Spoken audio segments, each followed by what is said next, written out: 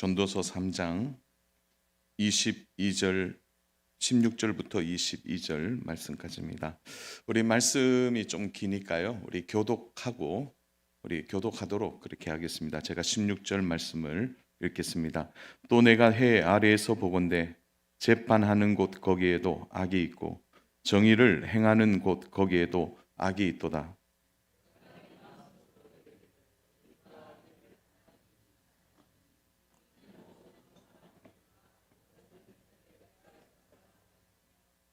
내가 내 마음속으로 이르기를 인생들의 일에 대하여 하나님이 그들을 시험하시리니 그들이 자기가 짐승과 다름이 없는 줄을 깨닫게 하려 하심이라 하였노라.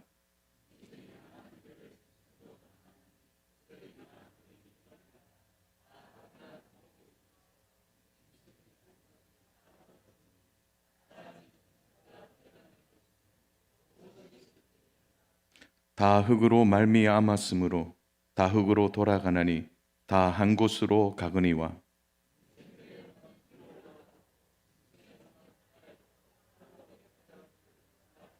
같이 봅니다. 그러므로 나는 사람이 자기 일에 즐거워하는 것보다 더 나은 것이 없음을 보았나니 이는 그것이 그의 몫이기 때문이라. 그의 뒤에 일어나는 일이 무엇인지를 보게 하려고 그를 도로 데려오고 올 자가 누구이랴. 아멘. 전도자는 1장부터 3장까지 계속해서 하고 싶은 이야기의 가장 큰 주제는 우리의 삶이 하나님과 연결되어 있지 않으면 결국 우리의 삶의 모두가 어떻다는 거죠? 다 헛되다 이렇게 말하고 있는 것입니다.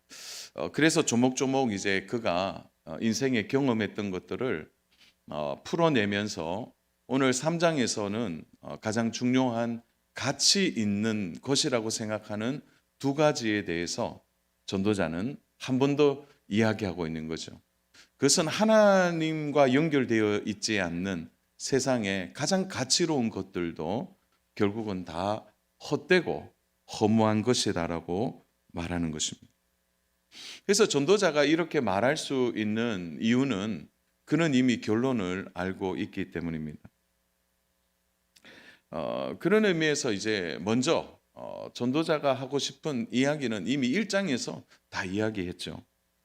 인생에 있어서 가장 가치 있는 것은 하나님을 경외하는 것이고 하나님을 경외하고 의식하지 않고 하나님 앞에서 다시 말해서 하나님과 떨어져서 분리되어서 살아가는 그 세상의 그 어떤 가치 있는 것도 결국은 다 헛된 것으로 우리에게 돌아온다고 말하고 있는 것입니다.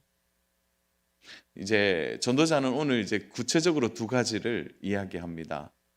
세상 사람들이 가장 가치 있게 보는 것, 가장 가치롭게 생각하는 두 가지, 그 두 가지를 의미하는데 그것이 바로 권력욕이죠. 권력욕과 더 살고자 하는 생애 욕구입니다. 사람들이 가장 갖고 싶어 하는 것이 권력이죠. 힘입니다, 힘.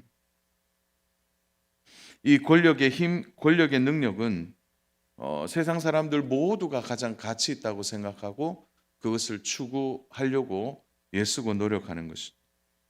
그래서 오늘 이 전도자는 이 권력의 최정점에 있는 재판관에 대한 이야기를 언급하고 있습니다.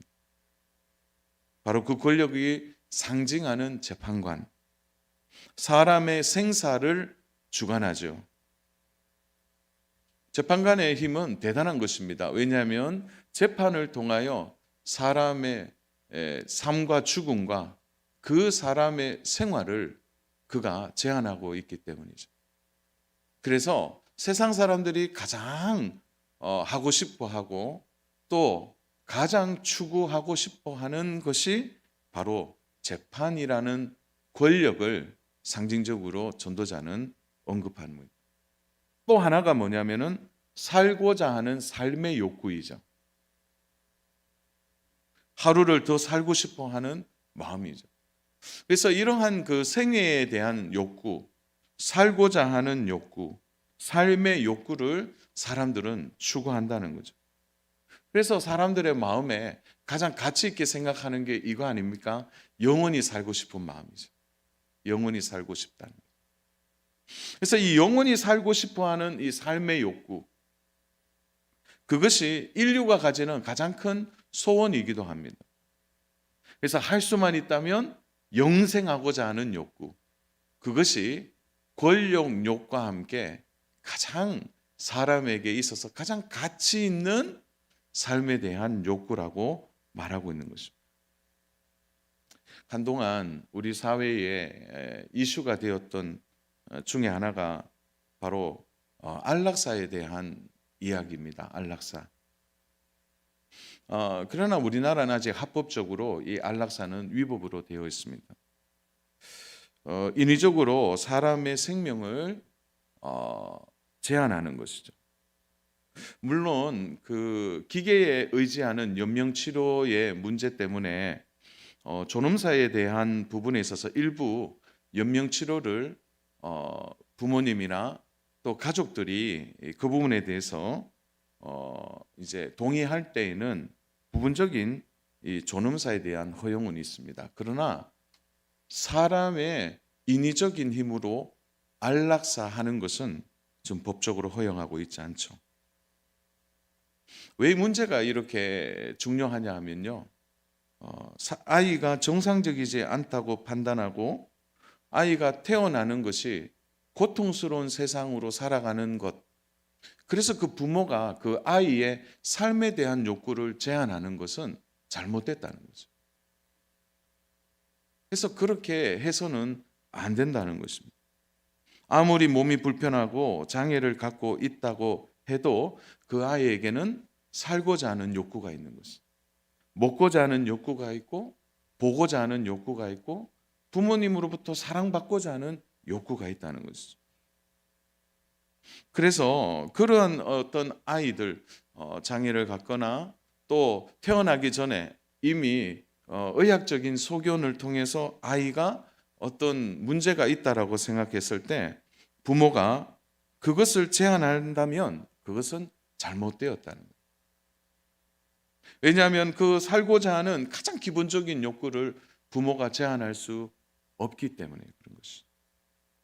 그런 의미에서 이 생에 대한 살고자 하는 욕구는 누구에게나 존중받아야 될 중요한 권리입니다. 그런 관점에서 보면 사람들이 이 살고자 하는 욕구도 매우 가치가 있다, 이렇게 볼 수 있는 것입니다. 그래서 오늘 전도자가 이 두 가지를 이야기할 때 매우 중요한 부분을 오늘 우리들에게 지혜로 전달하고 있다는 거죠. 그 첫 번째가 그러한 권력, 그러한 재판관이 되는 것, 그 자체는 너무나 가치 있고 귀한 것이지만 그 재판관이 되려고 할 때 반드시 필요한 것이 있다는 거예요. 그 재판의 권력을 가지는 것, 그것이 헛되지 않기 위해서는 그가 무엇을 더 추구해야 하느냐는 거죠.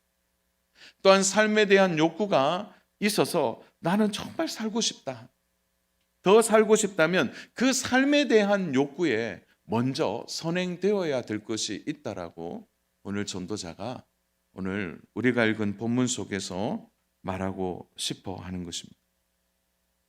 그래서 전도자의 주장이 무엇입니까? 우리가 살고자 하는 것, 또 권력욕을 가지는 이것은 바로 우리들에게 가장 가치 있다고 생각하는데 그 가치가 헛된 것으로 가지 않도록 더 중요한 가치를 따라가라고 말하는 겁니다. 그 중요한 가치가 뭘까요? 그것이 바로 오늘 전도자가 말씀 속에 오늘 숨겨두고 있는 보물과도 같이 바로 하나님을 경외하는 마음이죠. 그 하나님을 경외하는 마음이 빠진다면 어떻게 되겠느냐는 거예요. 그래서 오늘 우리는 한 두 가지를 좀 살펴볼 텐데요. 그 첫 번째가 바로 하나님을 경외하지 않는 권력은 헛되다라는 거예요. 하나님을 경외하지 않는 권력은 헛될 뿐이다라고 말하는 것입니다. 자, 그런 의미에서 재판이 매우 상징적인 권력의 상징이다 이렇게 본다면 오늘 16절 17절을 우리 같이 한번 읽어보겠습니다. 같이 한번 읽습니다. 16절입니다. 또 내가 해 아래서 보건대 재판하는 곳 거기에도 악이 있고 정의를 행하는 곳 거기에도 악이 있도다. 내가 내 마음속으로 이르기를 의인과 악인을 하나님이 심판하시리니 이는 모든 소망하는 일과 모든 행사에 때가 있음이라 하였으며. 자, 여기에서 해 아래 보건대 가장 가치 있는 것, 사람들이 가장 가치 있게 보는 권력, 그 권력의 정점인 재판, 그 재판하는 그곳에 가만히 보았더니 재판이 뭡니까? 공정해야 되잖아요. 공평해야 되잖아요. 그런데 그 재판에 뭐가 있는 것을 전도자가 보았다 그러죠? 악이 있더라는 거예요. 재판이 상징하고 있는 그 권력의 가치, 그것은 공정할 때 더 가치롭고 공평할 때 그 권력은 빛이 나게 되는데 그 권력의 정점인 재판 속에 악이 존재하고 있더라는 것입니다. 재판 자체가 사람의 생명을 주관하고 그 사람의 인생을 얼마든지 다르게 만드는 이 어마어마한 권력의 힘, 그 권력의 힘이 가치가 있다고 생각했는데 제가 이 전도자가 들여다보니까 그 속에 악이 가득하더라는 거죠. 당시에 재판관들은 주로 왕의 가장 최측근의 역할을 했을 뿐 아니라 제의적인 일까지 함께 했습니다. 그러니까 절대 권력의 중심에 있는 것이죠.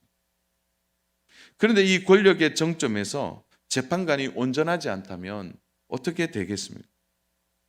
그래서 16절에는 재판하는 곳에 악이 있다고 말하고 17절에는 재판장인데 악인이라는 거죠.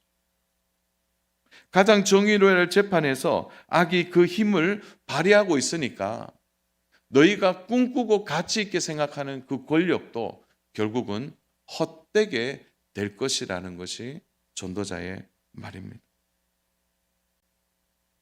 그래서 가장 가치 있는 이 고귀한 권력이 하나님을 경외하지 않고 하나님을 떠나게 될 때 그 어떤 면에서는 바로 본능을 따라 살아가는 짐승과 다를 바가 없다는 것을 말하는 것입니다. 여러분, 그래서 18절에 보면 내가 내 마음속으로 이르기를 인생들의 일에 대하여 하나님이 그들을 시험하시리니 그들이 자기가 짐승과 다름이 없는 줄을 깨닫게 하려 하심이라 하였노라.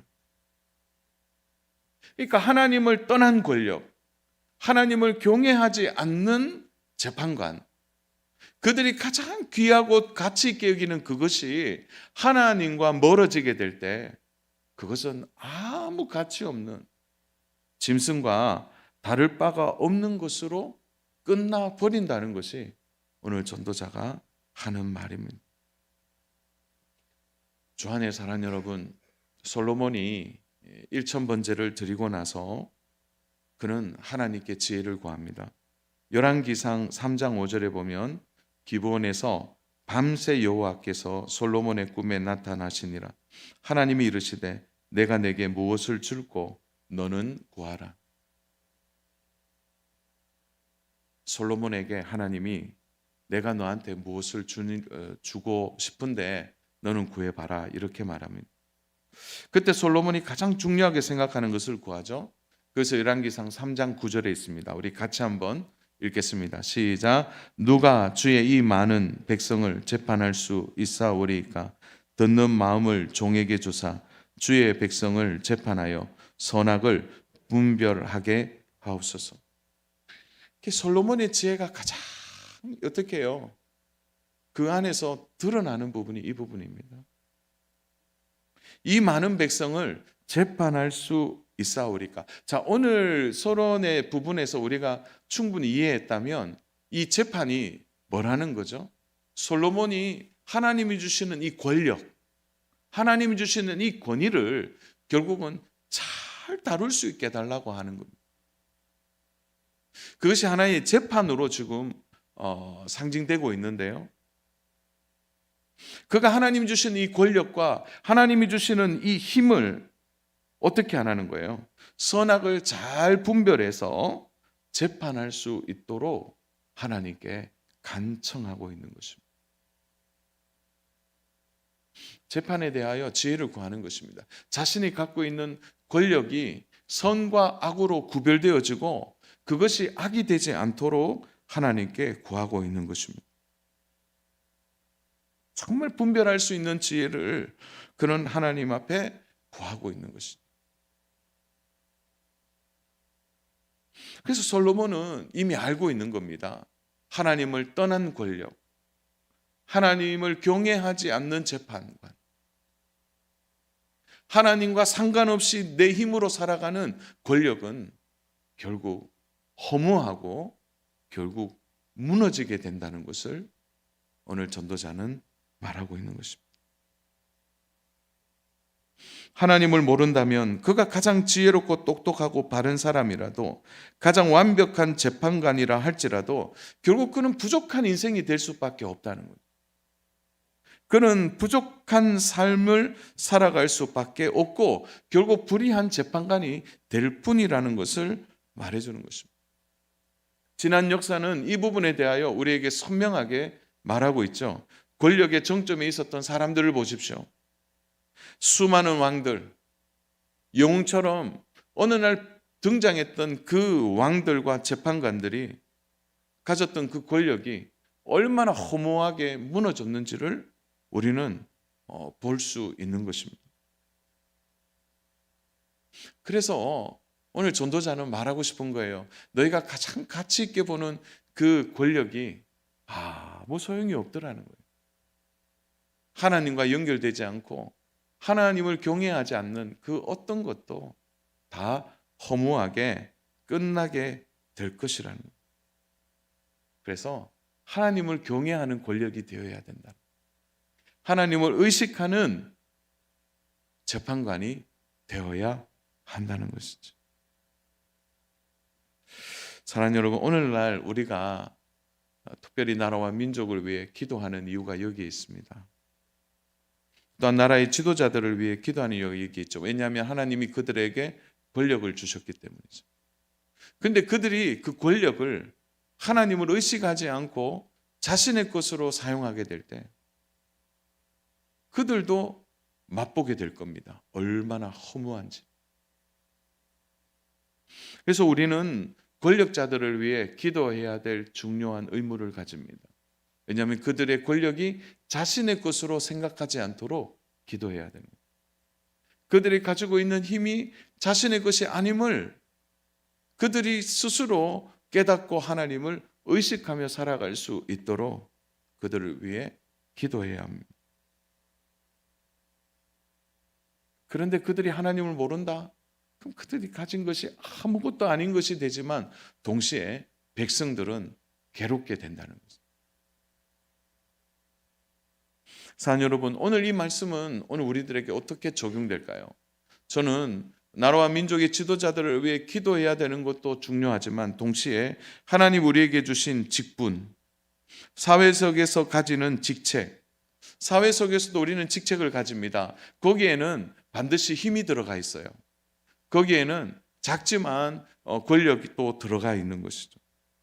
그것을 우리가 가장 가치 있고 보람되게 살아가는 삶이 되려고 한다면 결국 우리의 모든 출발이 하나님을 경외하는 마음에서부터 그 모든 것이 시작되어야 하는 것입니다.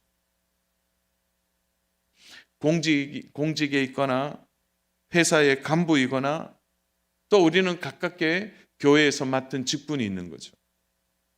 목회자로, 또 장로님으로, 권사님으로, 집사님으로 또 하나님이 주시는 이 일들에 대하여 우리가 하나님을 경외하는 것이 먼저가 되지 않는다면 우리가 맡은 이 직분이 아무리 귀하고 그 직분이 중요하다 할지라도 우리 역시도 그 선악을 분별하지 못하게 되고 오히려 그 직분이 교회를 방해하게 하고 교회의 부흥을 막게 되는 잘못된 일이 될 수 있다는 것을 항상 생각해야 됩니다. 그래서 하나님을 경외하는 것이 가장 중요합니다. 하나님이 주신 이 직분이 가치가 있고 너무나 귀하지만 하나님을 경외하는 마음이 없이 하나님이 중심이 되지 아니하고 하나님을 의식하지 아니하는 직분과 또 우리의 일터 속에, 우리의 직장 속에, 우리의 직함들은 결국 나를 위한 것이 되어진다면 그것이 어떤 의미에서는 권력의 힘을 가지고 능력을 가질지 몰라도 결국 그 결론은 허무하게 그리고 헛되게 끝날 수 있다는 것을 생각해야 합니다. 그러므로 오늘 전도자가 우리들에게 말합니다. 하나님을 경외하고 있느냐는 거죠. 너의 권력 앞에 하나님을 경외하는 마음이 있느냐, 너의 직분 앞에 하나님을 경외하고 의식하는 마음이 있느냐는 거죠. 그것이 우리의 가장 먼저 중요한, 그래서 우리가 가지는 이 가치로움을 더 복되게 하는 가장 중요한 것이 된다라는 것을 오늘 전도자는 우리들에게 가르쳐주고 있는 것입니다. 그러므로 사랑하는 여러분, 우리의 모든 것에 가장 중요한 것은 하나님을 경외하는 것입니다. 하나님을 의식하는 것입니다. 그 경외와 의식 안에 우리의 힘과 권력과 능력이 존재해야 하는 것입니다. 전도자가 이 부분을 먼저 우리의 인생에 가장 가치롭게 생각하는 권력과 힘이 하나님 안에 다스림을 받고 하나님을 경외하면서 나와야 한다고 말하고 있는 거죠. 그리고 오늘 두 번째로는 하나님을 경외하지 않는 삶의 욕구는 헛될 뿐이라고 말하고 있습니다. 누구나 생애의 기쁨을 누리고 즐거움을 가지는 일은 당연합니다. 그리고 나의 생애를 소중하게 생각하고 나의 생명이 우리가 하나님이 주시는 은혜 안에서 살아가는 것, 그래서 참 우리의 어떤 의미에서 보면은 이 살고자 하는 욕구는 사람들에게 가장 가치 있는 것입니다. 그러나 가만히 보십시오. 이렇게 살고자 하는 욕구가요, 죽음 앞에 이르면 아무 소용이 없게 되는 것입니다. 어떤 영웅도, 어떤 지혜자도, 어떤 학자들도 죽음 앞에서는 해결할 수 없게 되는 것입니다. 그래서 이 죄에 대한 부분에 있어서 우리가 늘 얘기하잖아요. 죄가 가장 무서운 이유는 사람들의 삶을 무기력하게 만듭니다. 죽음 앞에 어떤 해결점도 줄 수 없는 것이 바로 죄가 가지는 능력이라는 것입니다. 사랑하는 여러분, 오늘 가만히 한번 보십시오. 살고자 하는 이 욕구가 우리 안에 끊임없이 우리의 삶을 추구하지만 어느 날 죽음이 우리의 문턱 앞에 딱 넘어 들어오면 우리는 그 문제를 해결할 수 없게 되는 것입니다. 그 어떤 영웅도 지혜자도요, 다 죽음을 비켜갈 수 없었던 것입니다. 그러므로 오늘 전도자는 이렇게 말합니다. 결국은 우리가 죽음 앞에 설지라도 그가 하나님을 경외하고 그가 하나님을 의식하고 하나님 안에 그가 자신의 죽음을 제대로 바라보지 않는다면 그 사람이 가지는 삶의 욕구가 짐승들과 무엇이 다르겠느냐라는 것입니다. 그래서 우리 19절 한번 같이 우리 합독하겠습니다. 인생이 당하는 일을 짐승도 당하나니 그들이 당하는 일이 일반이라. 다 동일한 호흡이 있어서 짐승이 죽음같이 사람도 죽으니 사람이 짐승보다 뛰어남이 없음은 모든 것이 헛됨이로다. 살고자 하는 욕구가 하나님을 의식하는 것과 하나님을 경외하는 삶으로 이어지지 않으면 우리와 짐승이 무엇이 다르겠느냐라는 것입니다. 그러므로 사랑하는 여러분, 사람이나 짐승도 다 살고자 하는 욕구가 똑같습니다. 맹수 앞에 초식동물이 힘을 다하여 목숨을 다하여 피하는 것은 살고자 하는 욕구이죠. 우리도 살기 위하여 애쓰고 노력합니다. 그렇다고 해서 사실은 사람과 짐승이 존재론적으로 같다, 그런 의미는 아닙니다. 왜냐하면 똑같은 사람과 짐승도 죽음 앞에 서게 되지만 사람은 다른 태도를 가질 수 있기 때문이죠. 죽음 앞에서는. 짐승들은 살고자 하는 욕구만으로 이끌려 살아갑니다. 그러다가 어느 날 죽음이 오면 짐승들은 다른 태도를 가질 수 없는 거죠. 사람은 달라요. 죽음 앞에 많은 것을 생각하게 되는 거죠. 그래서 특별히 사람들은 이 죽지는 않지만 죽을 것 같은 어떤 경험들이 있을 때 그 사람의 삶의 태도가 완전히 달라지는 것을 우리는 보게 되는 것입니다. 왜요? 죽음을 보는 관점이 달라진 거예요. 그것이 바로 짐승과 사람이 죽음에 대하여 다른 태도를 가지는 차이가 여기에서 나타나기 때문이에요. 그러나 오늘 전도자는 이렇게 말합니다. 내가 언제 죽을지 모르기 때문에 내 뜻대로, 내 마음대로, 내 삶이니까 내 욕망대로 살아가야 할 것이냐? 그렇지 않다라는 거죠. 오히려 전도자는 이렇게 말합니다. 너가 삶을 향하여 추구하고 너 욕구대로 살고자 노력하면 노력할수록 너는 더 허무하게 될 것이라는 거예요. 그래서 마음대로 사는 것이 절대 좋지 않다라고 말하고 있는 것입니다. 전도자도 말해요. 사람도 짐승도 다 흙으로 돌아간다. 그러나 죽음 이후를 다스리는 하나님의 존재에 대하여 사람은 인식하고 산다고 말하고 있는 거죠. 그래서 21절을 보십시오. 인생들의 혼은 위로 올라가고 짐승의 혼은 아래 곧 땅으로 내려가는 줄을 누가 알랴? 인생들과 짐승들은 전혀 다른 결말을 갖게 된다라고 말하고 있는 것입니다. 이것은 인간의 생명과 짐승의 생명에 대하여 하나님이 다르게 다루신다는 것을 의미하는 것입니다. 그런 맥락에서요, 오늘 이 본문은 수많은 난제들을 낳았습니다. 그래서 21절을 조금 잘못 해석하는 많은 관점들이 있고, 사실은 이 본문은 오늘 21절을 제가 오늘 말하기에는 좀 여러 가지 주제가 있기 때문에 다 설명할 수는 없습니다. 다만 오늘 맥락을 잘 살펴보면 짐승은 땅으로 내려갔다라고 표현되는데, 이 표현은 정확한 번역은 이렇게 됩니다. 바로 짐승들은 땅에서 멈춘다라는 표현이 되어 있어요. 멈춘다 이렇게 표현되고 있습니다. 멈춘다는 것은 심판을 받지 않는다는 의미가 있는 거죠. 그러나 사람은 어떻게 됩니까? 그의 영혼은 심판을 위로 가서 받게 된다는 의미가 들어있는 것입니다. 왜냐하면 인간의 영혼은 하나님이 다시 주권적 하나님의 소관 안으로 들어가기 때문에 그런 것입니다. 사랑 여러분, 그것이 뭘까요? 바로 오늘 우리의 생애가 여기서 끝나는 것이 아니라 우리의 영혼이 하나님의 심판을 받게 된다는 것을 말해주고 있는 것입니다. 그래서 오늘 전도자가 말하고 싶은 게 이거예요. 너의 삶의 욕구가 더 살고자 하는데 집중하지 말고 너의 삶이 하나님 안에 있는지를 먼저 돌아보라는 거예요. 너의 삶의 욕구가 더 가치 있게 되려고 한다면 너는 하나님을 경외하는 것에 너의 삶의 가치를 높이라고 말하고 있는 것입니다.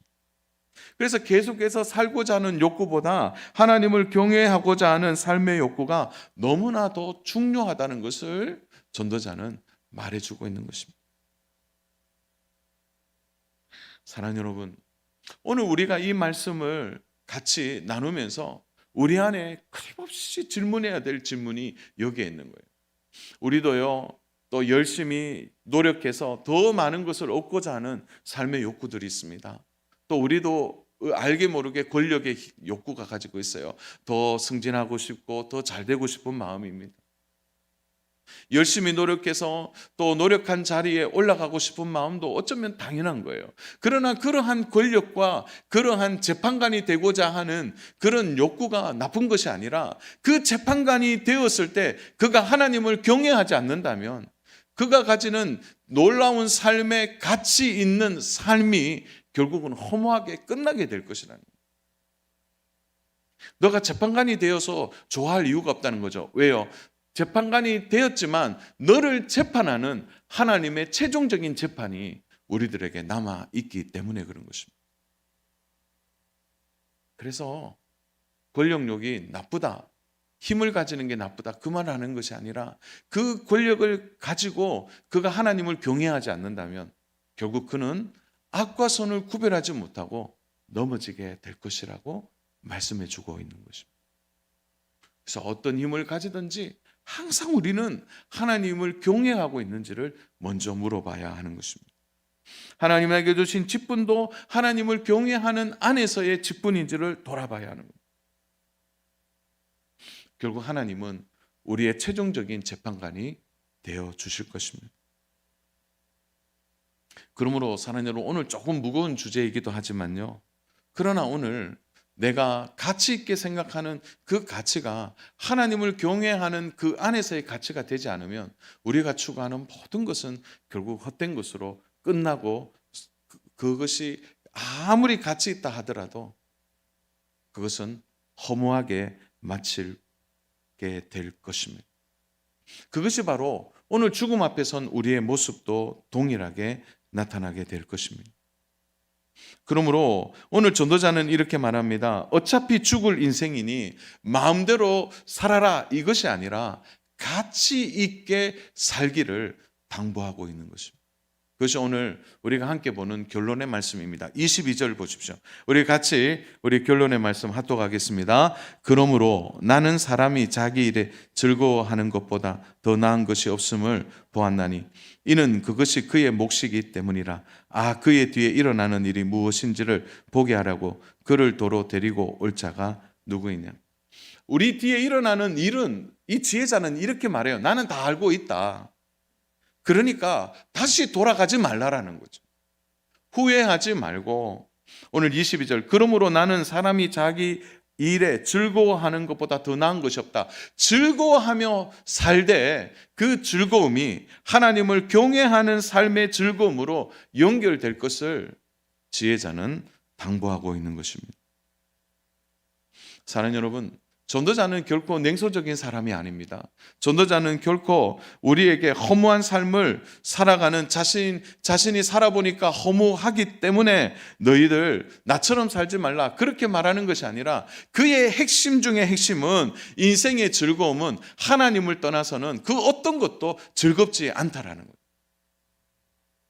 그러므로 가장 즐겁고 가치 있는 삶은 하나님을 경외하고 하나님을 의식하고 하나님과 연결된 재판, 하나님과 연결된 힘, 하나님과 연결된 직분이 되어서 그 속에 참된 즐거움과 기쁨을 누릴 것을 오늘 전도자는 우리들에게 말해주고 있습니다. 동시에 생에 가장 가치 있는 생명은 하나님 안에서, 하나님이 주시는 은혜 안에서, 하나님을 경외하는 그 안에서의 생명이 가장 가치 있고 참된 것임을 우리들에게 말해주고 있는 것입니다. 사랑하는 여러분, 우리에게 주어진 시간이 언제일지 모르지만 오늘 전도자의 진언처럼 가장 가치 있는 시간은 하나님 안에서 가져야 합니다. 가장 복된 인생은 하나님을 경외하는 그 안에서 참된 인생의 가치를 알고 참된 은혜를 알고 살아가게 될 것입니다. 오늘 우리가 하루를 살아가고 내일을 살아갈 때 열심히 살아야 합니다. 생에 이 주신 생명을 소중하게 생각하고 열심히 살아야 합니다. 그러나 하나님을 떠나서는 안 된다. 하나님을 경외하는 참된 삶의 즐거움이 오늘 우리 인생의 즐거움이 되고 가장 가치 있는 인생이 되는 것, 하나님을 경외하는 그것이야말로 가장 축복되고 허무하지 않는 삶이라는 것을 깨닫고 오늘 전도자의 이 진언처럼 오늘 우리가 하나님을 경외하고 살아가는 믿음의 성도님들 다 되시기를 주님의 이름으로 축복합니다.